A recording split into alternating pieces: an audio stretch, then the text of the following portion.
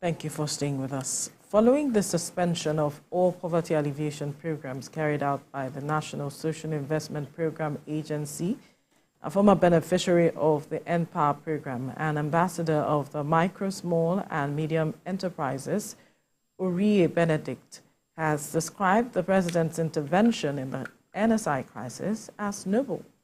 He said that the president's swift intervention to the situation should be applauded.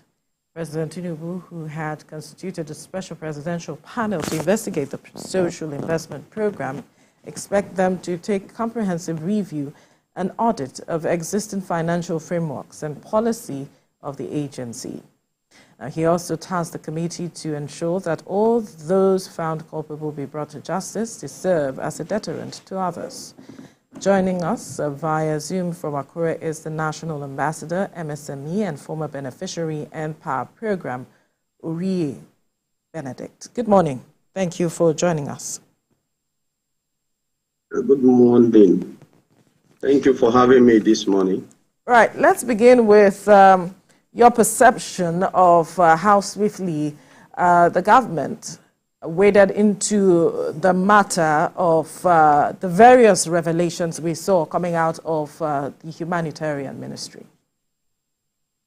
Yeah, first and foremost, we need to thank President Bola Tinubu for his intervention, because actually this is the program that affected the life of the vulnerable, the poor masses.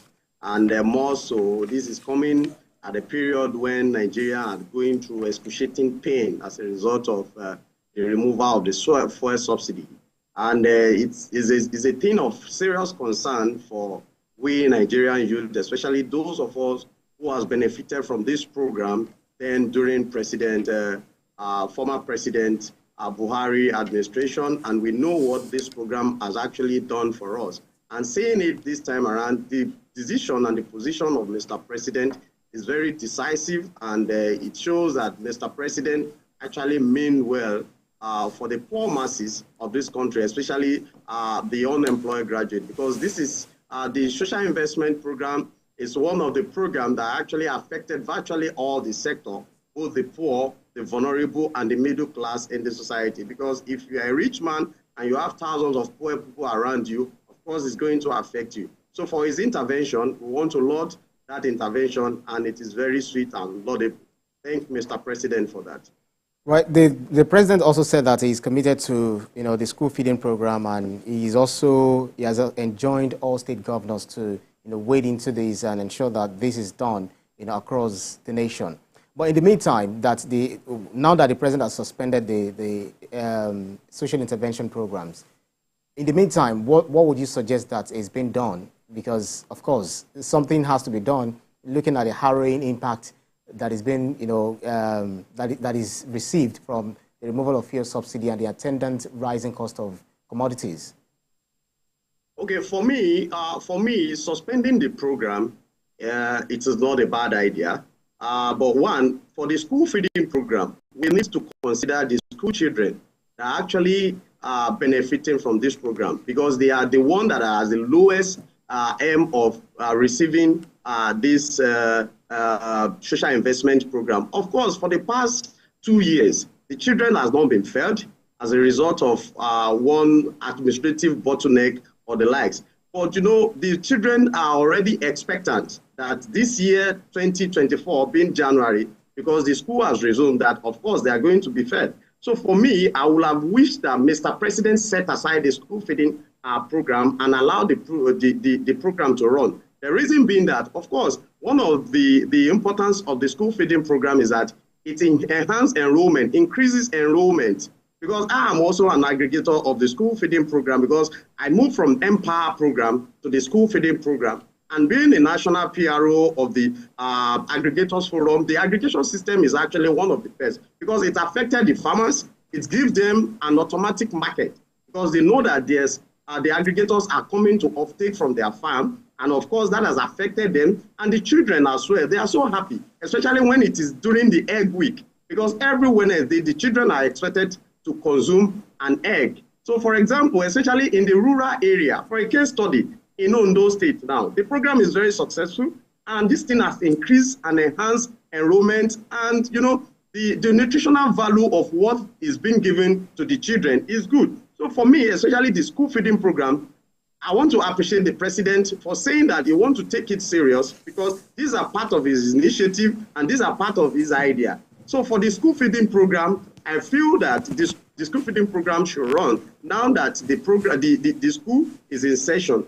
And constituting the panel, having the Minister of Economy and Finance in that panel is the best. Because in the past, one of the challenges that we face is the administrative bottleneck, moving funds from Ministry of Finance, Budget and Economy Planning. But this time around, everybody is involved. So that is why I love the panel that was set up. The Ministry of Finance is there, the Ministry of Health is there, the Ministry of Youth and Sport, because virtually all these programs affected majority of the youth. So the Minister of Youth, who is there, will be able to represent his primary constituency. The Minister of Health is also there to ascertain the level of the vendors that are producing, that are cooking for the children. So for me, it's also a good idea. And for the Governors Forum, for Nigeria Governors Forum, I know they know the best thing to do as regards this, because they know the economic implication of having the school feeding program running in their state when they have a coordinating person who is a focal person who reports directly to the governor of this respective state. And for the state as well, the federal government is feeding from primary 1 to 3. While the state government, I feel that they should take it up from primary 4 to 6, so that everybody at the primary school level can benefit from the school feeding program. Right. Thank you. Let's look at it closely now. As much as we know that this program and every other program under the humanitarian ministry is beneficial to the society, especially the poorest of the poor, as is being defined by the government to addressing their issues, we must also ensure that we insulate it from corruption as it is, because that is what we have seen with the revelation coming out of the ministry. How do we insulate this ministry from corruption as it is? That is why the government wants to rework the ministry so that it addresses and it meets the demands of the people as against meeting the demands of certain persons' pockets. Okay, first and foremost, the federal government has been able to institutionalize this program with the National Assembly. That is the first good step that has been taken by the federal government. But for now, I feel that since the president has set up a presidential panel to look at all of this, for me as a person, I will also wish they invite the necessary stakeholders to come together to look at how to insulate this program properly. For example, now we have the former special advisor to the president on this program, Mariam Uwais, and Afolabi Imokwede, who during their period, they come out oftentimes to address the beneficiaries of this program and douse tension. And these are stakeholders that should be contacted to have a proper framework and a policy framework that will actually insulate this program, so that this program can be seamless and get directly to the beneficiary and the masses. Of course, the excruciating pain, the economy is very hard, especially to the masses. So you that have been a beneficiary of this program, tell us what you think the government can do differently. Okay, one of the things that the government can do differently is not too different from what Mr. President is doing, to make sure that there's absolute transparency in this program. And once there's transparency in this program, it's a program that's going to run seamlessly and it will get to the masses directly, and which the Mr. President is doing. So I want to say, let's leave it to the panel that Mr. President has constituted to do justice to this by inviting the necessary stakeholders to bring all these things together. For me, as a beneficiary, this program has been very good to me, because if not for this program actually brought me to limelight. I was a fisherman before this program, but today, the way the program is run, I moved from being an N-Power beneficiary to an MSME person and to an aggregator. And today I'm an employer of labor. So if this program has been running seamlessly, we will have thousands of me in this country who are also employer of labor. Thank you. Right. It's good. You've actually answered my next question, which is, how you benefited from N-Power. At the same time, you are also, you're also appreciating the president for acting very fast in suspending some of these programs and all of that. I'm wondering, why you as a beneficiary, although it was formed in 2016, were you a beneficiary under the former President Muhammad Buhari's administration or this current administration? And the reason why you're calling for the suspension of the program, I mean, appreciating the president for acting swiftly. What is the correlation? Okay, I actually benefited during President Muhammadu Buhari, the former president administration, and the reason is that this program was initiated to run on the principle I call the LEO.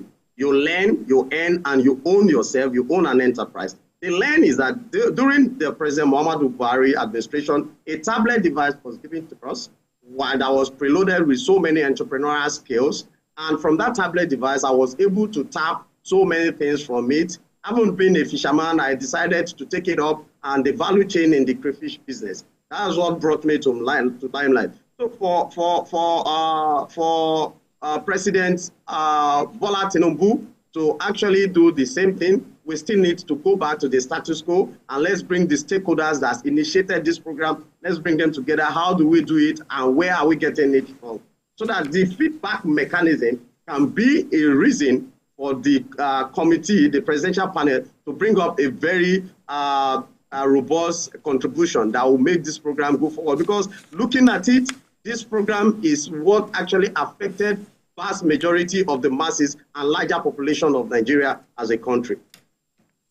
All right, we'll leave this conversation here now, but we must thank you, National Ambassador, MSME, and former beneficiary of N-Power Programme, Orioye Benedict, for your time on the program. Thank you so much.